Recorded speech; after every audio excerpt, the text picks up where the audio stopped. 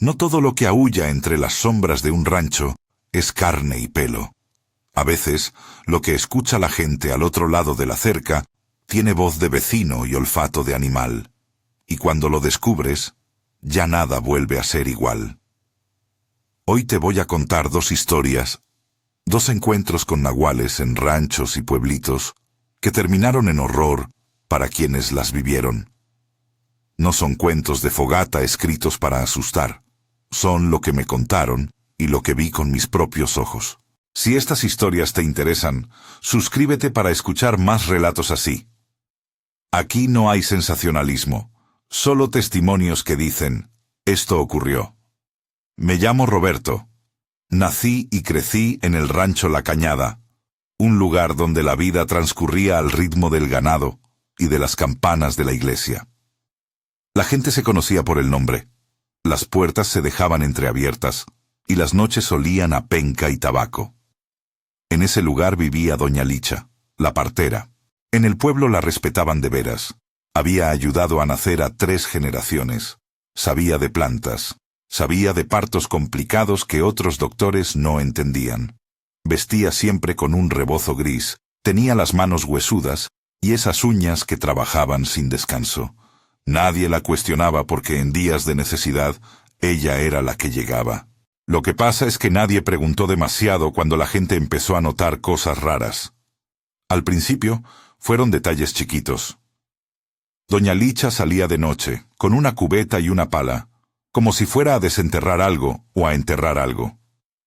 Caminaba sin ruido por el borde de la cañada, con pasos medidos, y regresaba antes del amanecer con el rebozo manchado, no siempre de barro, y ese olor que algunos describían como a hierba quemada mezclada con sangre vieja. Una vecina, Lupita, juró que le vio a lo lejos, una noche, encender velas en el monte y entonar unas palabras que no le sonaban a idioma conocido.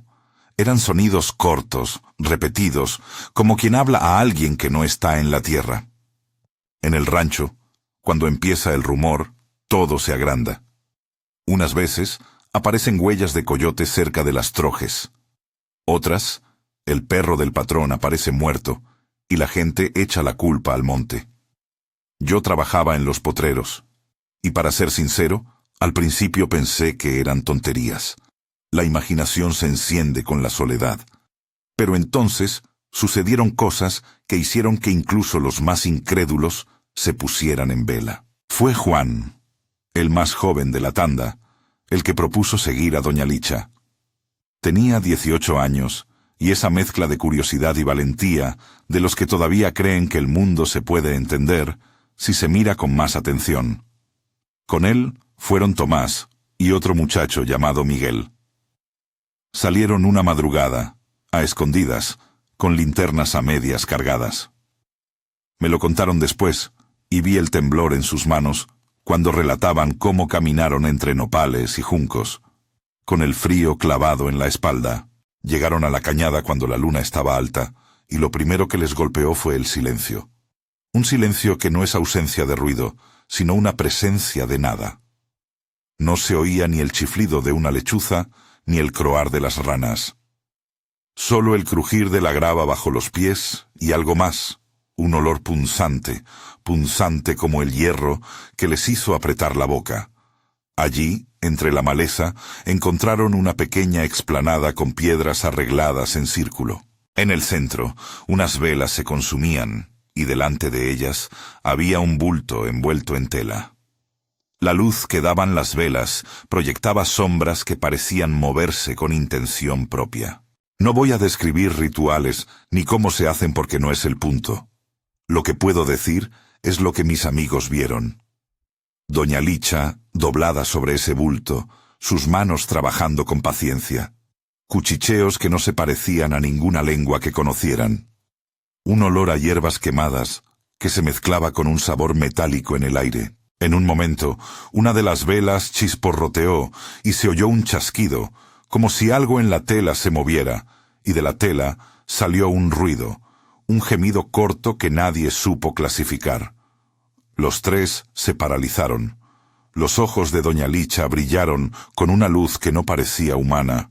Dijeron: No era la luz de una linterna ni el reflejo de la luna. Era un brillo amarillo, entre lúgubre y animal, que les dio tiempo de sentir miedo antes de correr. Cuando los muchachos volvieron al pueblo con la historia, la gente se dividió. Algunos dijeron que eran borrachos, otros que querían fama. Pero más testimonios comenzaron a llegar. Frascos con líquidos raros encontrados en la cocina de doña Licha, huellas que parecían mezcladas, huella humana y huella de zarpas, y la desaparición de un perro viejo que nadie pudo explicar. El patrón del rancho, don Mauricio, no quería problemas. Era hombre de cuentas claras. Sin embargo, cuando varias familias confesaron que habían sentido aullidos por las noches y vieron luces extrañas en la cañada, la inquietud se hizo tal que no quedó otra salida. Presentaron una queja juntos y fueron a ver qué pasaba. La turba, si así se puede llamar, no llegó con antorchas y horcas como en historias de película, pero sí con resuelto miedo. Fueron vecinos a registrar la casa por si encontraban pruebas, no a hacer justicia por mano propia, o al menos eso se decía en voz baja. Abrieron cajones, revisaron frascos, y en la bodega hallaron cubetas con restos que nadie supo identificar correctamente.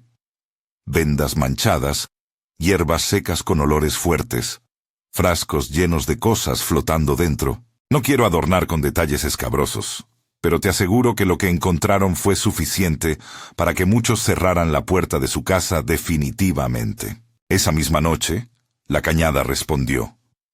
Algunos de los que fueron a buscar a doña Licha juraron haberla visto salir del cerro corriendo en 4 patas, transformándose bajo la luz de la luna.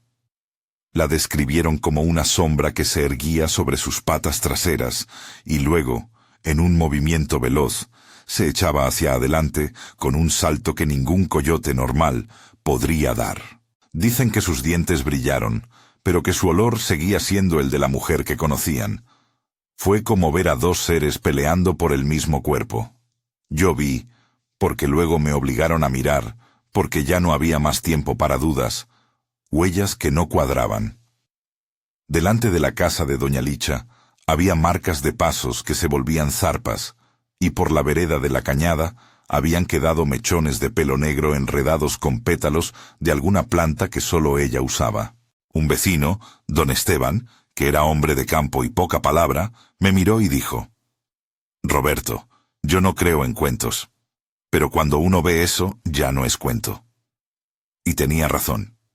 Aquello dejaba una grieta en la cotidianeidad, una desconfianza que se instala. La mañana después de ese descubrimiento, la casa de doña Licha amaneció vacía. La cama donde dormía estaba hecha, la cocina limpia, la cubeta en su sitio, pero su silla, la del patio, tenía el respaldo roto, y encima habían puesto una ofrenda improvisada, flores marchitas, una veladora taponada con cera, y una foto vieja de alguien que nadie en el pueblo recordó. Algunos dijeron que la mujer había huido, otros pensaron que había muerto y que su espíritu vagaba ahora por la cañada. Nadie supo bien qué creer. Con la ausencia de doña Licha llegaron las decisiones difíciles. La gente cerró puertas, vendió animales baratos y algunos se mudaron a la ciudad. La niña de Lupita dejó de jugar en la orilla del camino. El perro de la tía Petra nunca volvió. No hubo linchamiento, y eso lo remarco. La comunidad no entró a hacer justicia con violencia extrema. Lo que pasó fue menos heroico y más terrible. La gente decidió que vivir con la sospecha era peor que perder a una vecina. Así que se alejaron. La casa quedó abandonada, con la puerta entreabierta y un olor a humedad y a ceniza que nadie quiso enfrentar. Lo que me quedó de esa historia, además del miedo, fue la certeza de que ciertos encuentros no se resuelven con explicaciones. Puedes decir que fue miedo, que fue coincidencia, que fueron símbolos mal interpretados. Puedes buscar lógica. Pero cuando buscas en la cañada y la tierra te devuelve pelos que no corresponden a ningún animal conocido, y una vela que tarda horas en consumirse sin que el viento la apague, dejas de pensar en lógica y empiezas a pensar en supervivencia. Para mí, la lección fue esta. Hay cosas que una vez vistas te marcan, y lo peor no es lo que viste en la noche, sino lo que la gente hace al día siguiente. El corrillo se volvió rumor, el rumor se volvió miedo. El miedo abrió una herida en la comunidad que no sanó. Antes de seguir, conviene poner una palabra sobre lo que llaman nahual. En nuestro habla, un nahual es alguien que, según la tradición, posee la capacidad de transformarse en animal o de acompañarse de un espíritu animal. Es una figura que aparece en muchas historias, a veces protector, a veces peligroso. No voy a decir que la creencia sea verdadera o falsa. Lo que puedo ofrecer es la experiencia. En pueblos como el mío, esas historias son parte de la cultura, y cuando algo raro sucede, la palabra nahual rellena los huecos de lo inexplicable. Eso no convierte a nadie en culpable, pero ayuda a entender por qué la gente mira con recelo a quienes hacen cosas distintas. Otra historia me la contó Rolando, un vaquero que llegó al rancho La Esperanza buscando trabajo. No estoy hablando de los relatos de la plaza. Esto lo escuché de boca del propio Rolando en una cantina polvorienta donde 2 cervezas y un cigarro bastaron para que su voz se abriera. Su forma de narrar era menos de pueblo que la mía. Palabras secas, pausas largas, como quien tiene que seleccionar lo que va a decir porque no quiere volver a sentirlo. Rolando llegó al rancho en una tarde de sol, con las manos callosas y la mirada abierta al mundo. Cuando los patrones le ofrecieron acomodarse en la casa del vaquero, conoció a Nacho, hombre callado, rostro curtido, andar de quien no pregunta y hace. Nacho no era un tipo de muchos amigos. Trabajaba duro y en las noches se quedaba en su cabaña sin acercarse mucho a la gente. Tal vez por eso no se notó al principio nada extraño. Pero en los días que siguieron, empezaron a pasar cosas que pusieron los pelos de punta. Primero, animales desaparecidos. Un potrillo que nadie encontró. Una oveja con huellas a su alrededor que parecían hechas con manos y con garras. El perro del caporal dejó de ladrar en las madrugadas. Después, personas empezaron a presentar heridas que no correspondían a mordidas de perro ni a golpes de ganado. Marcas largas, superficiales, que según algunos parecían hechas por uñas afiladas. Nadie lo relacionó con Nacho de entrada, pero la coincidencia del silencio de la cabaña y las noches en las que alguien escuchaba aullidos fuera de tiempo hizo que las miradas empezaran a posarse sobre él. Rolando, que no era hombre de chismes, no quería creerlo. Pero la noche en que decidió seguir a Nacho, lo que pasó le reventó la idea de normalidad que tenía del mundo. Salió a escondidas, como los muchachos con Doña Licha, pero con una mezcla de ira y necesidad de saber que no admite la juventud. No quería morir con la duda. Atravesó brechas con la respiración pegada al pecho y llegó hasta un claro donde, según él, la tierra olía a hojas quemadas. Allí vio a Nacho quitarse la camisa y ponerse a mover algo sobre el suelo, como si preparara una cama. No había velas ni círculos. No necesitó elementos para lo que después ocurrió. Primero, el silencio. Ese tipo de quietud en que hasta la respiración parece alta.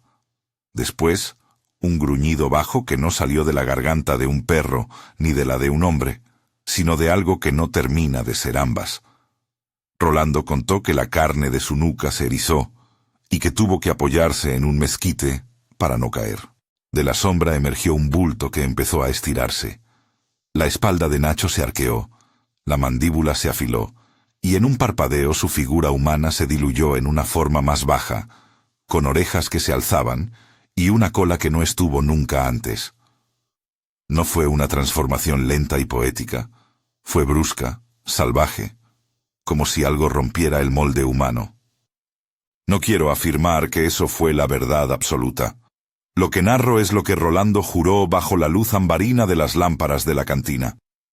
Dijo que los ojos de la bestia tenían inteligencia y que eso fue lo que más lo asustó. No era un animal hambriento sin sentido, sino alguien que recordaba su vida humana y aún así atacaba. Rolando no buscó pelea, solo quería comprobar. Pero en ese instante, la criatura, quizás dándose cuenta del observador, lanzó un aullido que le recorrió el cuerpo. No era un aullido bonito. Era un sonido que te obliga a cubrirte las orejas porque reconoce el terror que provoca. A partir de esa noche, los hechos se precipitaron.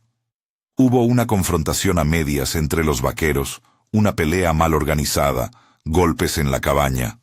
Nacho fue herido y desapareció. Días después, encontraron un cuerpo que muchos dijeron que pertenecía al hombre que trabajaba en el rancho. Una figura sola, sin vida, que la luz del amanecer devolvió al silencio. El entierro fue breve, y nadie se atrevió a poner demasiada tierra encima. Había quienes, aterrados, pensaban que enterrar al hombre no resolvía el problema, que la parte animal seguiría suelta. Desde entonces, el rancho no volvió a ser el mismo. Pero aquí, por ahora, es donde me detengo. Lo que Rolando me contó sigue retumbando en su voz cada vez que habla. Los aullidos que lo despertaban, la sombra del hombre que se volvió coyote, la decisión de un grupo de vaqueros que, empujados por el miedo, tuvieron que actuar. Lo que me dejó esa conversación fue algo más que la historia. Fue la sensación de que, en esos lugares, la línea entre vecino y peligro se vuelve borrosa cuando cae la noche. Y cuando la línea se borra, la gente toma decisiones que marcan para siempre. Al contar estas cosas, no busco convencer a nadie de la existencia literal de nahuales ni fomentar la histeria. Lo que ofrezco es testimonio. Gente que vio, gente que sintió, reacciones que cambiaron vidas. En un pueblito donde la rutina es la principal religión, romper la rutina es un acto que deja huella. En el rancho de Doña Licha, la huella fue la casa abandonada y el rumor. En el rancho de Nacho, fue un entierro apresurado y la memoria de alguien que no volvió a ser el mismo. En ambos casos, el horror vino más por las consecuencias sociales que por la naturaleza exacta del fenómeno. Siento que ya te metí en la mitad del frío, pero hay cosas que no puedo dejar sin decir. Las noches siguientes, en la Cañada y en La Esperanza, la gente cambió sus rutinas. Los carros no circulaban de madrugada, las muchachas evitaban el camino por la cañada y los viejos empezaron a decir oraciones en voz baja antes de acostarse. ¿Era por superstición? Tal vez. ¿Era por prudencia? También. Y esa prudencia, cuando se convierte en miedo, puede mover a la gente a actitudes que nadie se atreve a contar en voz alta. En mi caso, después de escuchar a Roberto y a Rolando, comprendí que hay historias que piden ser escuchadas con cuidado. Algunas heridas no se ven. Son las que deja la sospecha, la pérdida de confiar en el otro, la fractura en una comunidad que antes compartía tortillas y mañana de labor. No quiero crear una atmósfera artificial, pero sí quiero que entiendas el peso de esos relatos. Son relatos que empiezan con pequeñas señales, una cubeta, una noche fuera de lo común, un aullido, y terminan en decisiones que hieren a todos. Ahora, justo cuando parecía que las dos historias daban un respiro, hay detalles que exigen atención. Restos encontrados, olores persistentes, ojos que parecen fijos en la puerta de la noche. No puedo cerrar todo aquí sin que entiendas que lo que sigue trae respuestas y más preguntas. Tengo que contarte lo que pasó después en el rancho de Nacho, cómo reaccionó la gente, cuáles fueron las consecuencias para quienes sobrevivieron y qué dejó aquello en el corazón de quienes vieron demasiado. Pero antes de seguir, quiero que sientas el frío de la luna y el ruido del pasto al doblarse. Esas cosas son las que vuelven las historias verdaderas, porque no son solamente hechos, son sensaciones que alguien arrastra toda la vida. Te invito a quedarte. Aún quedan cosas por escuchar, y si quieres conocer lo que pasó en la confrontación final en la cabaña, lo que encontraron enterrado en la colina y cómo quedó el corazón de los que miraron de cerca, Acompáñame un poco más. Hay nombres que aún resuenan y calles que nadie pisa de noche, y merece la pena saber por qué. Me quedé esperando la segunda parte de lo que Rolando dijo, y él guardó silencio unos segundos, como si volviera a sentir el frío en la piel. Cuando por fin habló, lo hizo despacio, escogiendo cada palabra como si tuviera miedo de despertar algo que había quedado dormido. Después de aquella noche en el claro, los vaqueros se juntaron. No fue una asamblea de bronca anunciada. Fue un corrillo en la cocina, una serie de miradas cruzadas en la sombra, un suspiro colectivo que terminó en decisión por necesidad. No voy a pintarlo como película. No hubo planeación militar ni heroísmo. Hubo miedo, combustible de la supervivencia, y medio arriba, medio a escondidas, salieron con la intención de descubrir si lo que decían era verdad o si solo estaban alimentando fábulas. Rolando me contó que la noche en que fueron a la cabaña había luna, pero la luna estaba pálida, como si conspirara con las sombras. Caminaban con la boca seca, cada uno cargando algo. Un palo aquí, una vieja escopeta allá, linternas que titilaban. No eran muchos, el caporal, un par de chalanes, algún paisano que no quería quedarse a pensar mientras las cosas se complicaban. Entraron al potrero sin hacer casi ruido, porque la zona se sentía vigilada y la cabaña de Nacho se veía como siempre desde afuera. Suelta, de tablas carcomidas, con un corrugado que había visto más lluvias que manos que lo repararan.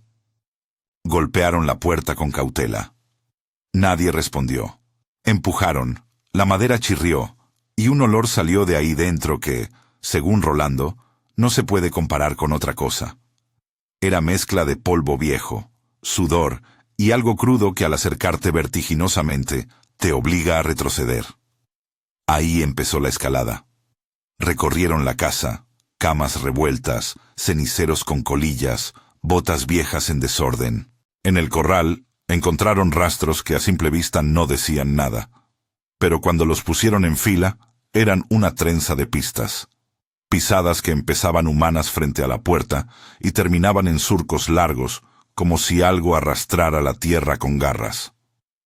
Lo que precipita un clímax no siempre es espectacular. A veces es una cadena de pequeñas certezas que, sumadas, hacen sonar la alarma. Encontraron manchas en la pared que no se podían explicar por un simple accidente. Ropa rasgada, un rasguño en la mesa como si alguien hubiera intentado retener algo. Fue entonces cuando, en la noche, cuando el miedo ya estaba caliente en los cuellos, escucharon un aullido.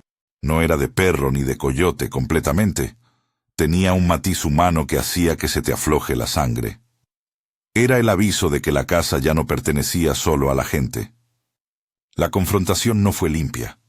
Hubo forcejeo, gritos, un desenfreno donde el instinto de supervivencia se mezcla con la culpa de lo que se va a hacer. Rolando me juró que nadie quería terminar en tragedia, pero que el peligro lo exigía. Dicen que Nacho salió corriendo. Dicen que la bestia, si hubo bestia, apareció en el patio como una sombra baja y veloz. Dicen que hubo golpes, que alguien recibió una zarpada y otro un rasguño que quedó para siempre. No te voy a ofrecer una foto fija, porque cada uno tiene su versión, pero sí lo que quedó. Nacho fue herido. La criatura huyó y en el monte se perdió entre espinas. Los hombres, agotados y con la respiración rota, volvieron a la cabaña con la sensación de haber tocado algo que no sabían nombrar. Días después, el hallazgo que puso otra piedra en la historia. Encontraron el cuerpo de un hombre. No voy a decir con qué certezas lo identificaron. En esos lugares, la identidad se afirma por cosas comunes. La cicatriz en la ceja, el pantalón que siempre usaba, la forma de doblar la mano. Era Nacho. Pero la manera en que apareció, solo y con la noche como testigo, dejó preguntas que nadie supo contestar sin que la garganta se le apretara. Fue enterrado por la misma gente que alguna vez le había dado la bienvenida al rancho. El entierro fue corto, sin discursos largos, como si poner tierra fuera también una manera de cerrar una boca incómoda. Lo que vino después fue la violencia menos visible. La desconfianza que se vuelve silenciosa, los trabajos que se acortan, las visitas que dejan de llegar. La familia de Nacho se fue, nos contó Rolando, con poca cuenta y sin querer mirar atrás. Dicen que es fácil señalar cuando hay miedo, y que a veces ese señalamiento se vuelve parte de la historia, no tanto como acusación formal, sino como un gesto que marca a quien fue señalado para siempre. El rancho recuperó días de calma, pero la calma estaba rota por dentro, como una casa que ya no tiene los cimientos firmes. Volví a la cañada unos meses después de escuchar todo, y vi cosas que confirman lo que te he contado. Casas con puertas entreabiertas y otras completamente tapiadas. Niños que no juegan fuera cuando cae el sol. Perros que evitan los caminos. La vida siguió, como suele hacerse, pero con costuras nuevas. Hay vecinos que regresaron, otros que se marcharon, y quedé con la sensación de que en esos pueblos el horror no siempre es el acto monstruoso en sí. Muchas veces es lo que le sigue. La fragmentación de la confianza y la memoria que no regresa. En lo personal, la historia de Doña Licha me dejó una conclusión amarga. El miedo tiene la capacidad de transformar a la gente tanto como lo que sea que transforme a un humano en animal. Cuando pregunto a quienes estuvieron presentes qué entendieron, algunos me dicen que era mejor no saber. Otros que lo vieron todo, y por eso no podían volver atrás. Hubo quienes estudiaron a las plantas que usaba la partera y dijeron que nada pudo explicar los pelos encontradas. Hubo quienes prohibieron a sus hijos acercarse a la cañada por años. Y así la vida se organizó alrededor de una ausencia y de un borde de la memoria que quedó marcado. Si vuelves a los días en que todo empezó a arder, verás que hay patrones. La persona que sale de noche, los objetos extraños, los sonidos que no corresponden, el ojo de la comunidad que vigila y que termina juzgando. En ambos casos, tanto la partera como el vaquero, hubo gestos que la gente interpretó como señales.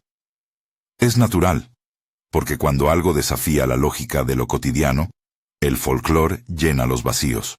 La palabra nahual entra ahí, como herramienta para nombrar lo que no encaja. Y de nuevo subrayo que yo no estoy aquí para probar nada. Cuento lo que vi y oí y cómo eso cambió la vida de gente concreta. Pero hay más que el correr de historias de pueblo. Hay consecuencias que pesan en los cuerpos. Te hablé poco de las huellas físicas, de los rasguños y de las noches sin sueño. No es por omisión sino por respeto. Porque hay traumas que no se convierten en anécdota para contar en una cantina. Vi a hombres con manos que no dejaban de temblar cuando recordaban el aullido. A mujeres que, al ver un perro, rompían a llorar porque aquel sonido las llevaba de vuelta a la cañada. Hay cicatrices que no interesan a los forasteros, pero que a quienes vivieron aquello les cambió la manera de caminar por la vida. Un amigo que me ayudó a reconstruir la historia, don Esteban, me dijo algo que no se me olvida. Lo peor no fue que algo raro saliera del monte. Lo peor fue saber que uno puede estar 11 días con la certeza de que no pasa nada, y despertarse un día, y saber que eso de la noche nos va a perseguir siempre. Esa afirmación lleva más verdad que muchas palabras. El punto no es creer o no creer. El punto es admitir que hay experiencias que reordenan la existencia de un pueblo. Algo que quiero aclarar sobre la violencia y el castigo colectivo. En ambos lugares, la comunidad actuó con desesperación más que con justicia. No dejo que eso se lea como justificación. Entiendo por qué algunas personas pensaron que acabar con la amenaza era necesario, pero también veo el peligro de decidir con miedo en vez de con razonamiento. Cuando la multitud actúa herida, deja marcas que no se borran con tierra. En la cañada la solución fue el abandono. En la esperanza fue la partida de familias enteras. Ninguna elección fue moralmente limpia, y ahí radica otra parte del horror.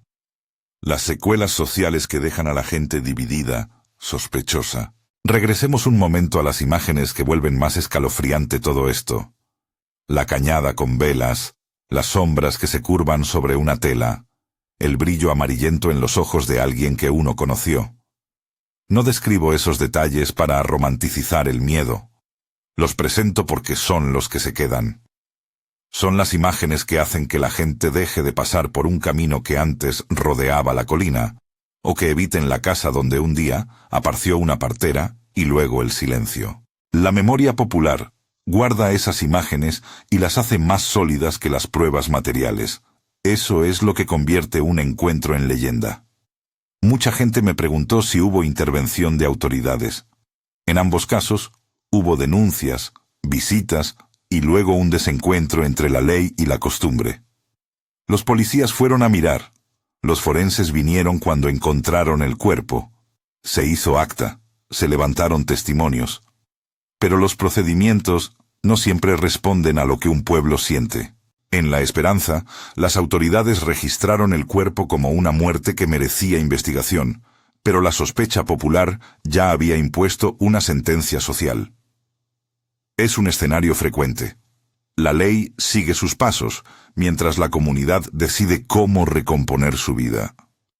No digo esto para atacar a nadie. Lo saco a colación porque explica por qué muchas historias de este tipo quedan suspendidas entre lo oficial y lo narrado. Volviendo a la figura del nahual, hay una cuestión que siempre surge. ¿Quién puede ser señalado?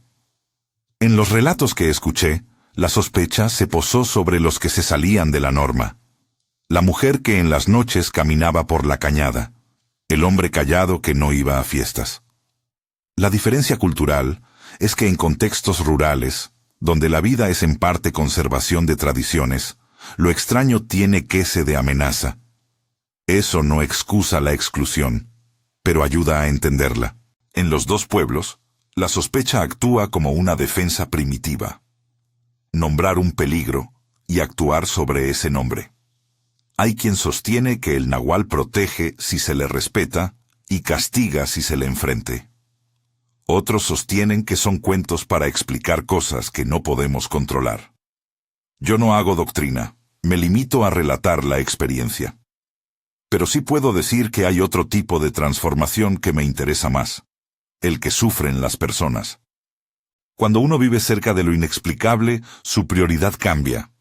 Ya no es la cosecha o el pago de cuentas, sino cómo volver a dormir sin escuchar pasos en la oscuridad. Una de las cosas que más me marcó fue la reacción de los niños. La mentalidad adulta organiza, exagera y luego disimula.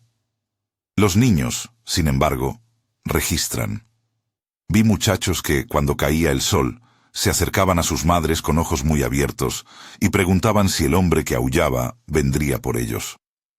Esos miedos se convierten en relatos para toda la vida. Y algo que me quedó claro: las leyendas se alimentan así, de miedos infantiles que se repiten en la mesa y en la plaza. También hubo historias de arrepentimiento. Conocí a un hombre que participó aquella noche en la redada a la cabaña y que, años después, todavía se despertaba sudando. Me dijo: «No sé si matamos a un monstruo o a un compañero. Lo único que sé es que después de aquello, ya nada fue igual». No te doy nombres reales. Los cuido, como cuido las voces que me las confiaron. Esa confesión me hizo pensar en las heridas invisibles que dejan estas experiencias. No solo el animal o el hombre, sino la culpa de haber sido parte de algo que cambió un destino. Con todo eso en la cabeza, al final de varios meses, la vida volvió a una especie de normalidad. Eso no significa que el recuerdo se apagara. Más bien, la gente aprendió a convivir con la certeza de que hay rincones donde no es prudente caminar de noche, que hay nombres que conviene pronunciar en voz baja y otros que es mejor no mencionar. La memoria se guarda en rituales cotidianos: cerrar temprano, encender velas, cruzar el camino por otra vereda. Es como si el pueblo construyera nuevas rutinas para evitar que aquello que vieron se repitiera. Un punto que quiero subrayar es que, a partir de estas historias, la relación entre vecinos cambió. Donde antes había confianza fácil, ahora había un cálculo. En la tienda, en la misa, en las peleas por una parcela de tierra, la sombra de lo que pasó se colaba. Las conversaciones se volvieron cautelosas. Y una cosa más. Muchas veces, cuando la gente se divide, los más vulnerables son los que se quedan en medio. Ancianos, mujeres con pocos recursos, aquellos sin familia en la zona. Ellos son los que terminan pagando el precio de la desconfianza colectiva. Quizá te estés preguntando qué queda de todo eso hoy. Lo que queda son relatos que se cuentan en noches largas, casas que nadie quiere habitar de nuevo, y la sensación, en quienes vivieron aquello, de que algo en la vida se movió. En el caso de Doña Licha, la casa quedó como si el tiempo se hubiera detenido. En el caso de Nacho, el rancho siguió trabajando pero con miradas nuevas. En ambos se gestó una leyenda que muchos repiten sin buscar confirmación. Esa leyenda, por su parte, se nutre de lo que fue real y de lo que la imaginación añade. No pretendo juzgar esa mezcla, solo mostrarte cómo un encuentro puede terminar en horror para una comunidad entera. Hay una parte que todavía quiero contarte sobre la búsqueda de paz después de todo esto. Algunas personas intentaron volver a hacer vida normal mediante pequeñas ceremonias que no son rituales que yo detalle, porque no es la intención ni el lugar. Son prácticas comunes en el campo para calmar el ánimo. Se encienden veladoras en las esquinas, se bendicen las herramientas, se hacen rezos en la capilla. No digo que estos actos expulsen lo que pasó. Digo que ayudan a la gente a recomponer una confianza mínima para seguir. Eso también forma parte del folclore de los lugares. Cómo se afronta el miedo con lo que se tiene a mano, a veces con fe, a veces con costumbre. He oído, además, que años después, algunos jóvenes volvieron a explorar la cañada, como si buscaran la prueba. No todos lo hacen por estupidez. Algunos lo hacen porque la curiosidad humana no muere, y otros porque la memoria les tira. En una ocasión, un muchacho me contó que vio a lo lejos una luz que se movía en la noche. La vio y luego no dijo nada más. A veces basta con saber que las señales siguen, por pequeñas que sean, para que el relato siga vivo. Es una llama que no se apaga del todo. Como cierre de estas historias, me permito una reflexión que no es mía, sino de muchos de los que escuché. No todo encuentro con lo extraño termina con la monstruosidad que imaginamos. Muchas veces el horror es cotidiano y humano. La pérdida de confianza, la ruptura de la comunidad, la soledad de quienes se van y la sospecha de quienes se quedan. En esas pérdidas está el verdadero coste. Si algo me llevó a escuchar a tantos, es que, más allá de la posibilidad de una transformación sobrenatural, el relato nos enseña sobre cómo la gente gestiona lo desconocido. No quiero terminar sin advertirte algo directo. Si alguna vez pasas por un rancho o un pueblito y oyes un aullido que no puedes explicar, no lo tomes como curiosidad inofensiva. No vayas a buscar héroes ni a jugar al detective. Hay historias que piden respeto, no intrusión. A veces la prudencia salva vidas. Otras veces, la prudencia salva la paz de una comunidad. Si decides contar esto después, hazlo con cuidado. Las palabras pueden abrir cicatrices o curarlas, dependiendo de cómo las uses. Y por último, una cosa que quizá te quede. La sensación de que el mundo rural guarda rincones donde lo que creíamos firme se desdibuja. Hay lugares donde la línea entre humano y animal se vuelve frágil cuando cae la noche. Hay tradiciones que explican lo inexplicable, y hay decisiones humanas que terminen por hacer daño tanto como el miedo inicial. Estas dos historias son un ejemplo de cómo un encuentro puede marcar vidas y cómo después el horror puede residir más en la respuesta social que en el suceso en sí. Si conoces alguna historia parecida, si en tu familia hay historias de cañadas y aullidos que dejaron marcas, cuéntala en los comentarios. Me interesa saber cómo esas experiencias han cambiado a otros pueblos, otras familias. Y si quieres seguir escuchando relatos similares, hay más historias en la lista que te dejé. Historias que, como estas, andan entre la memoria y la noche. Cuando escuches un aullido, recuerda estas voces, las que lo vieron y las que por prudencia decidieron no volver a mirar.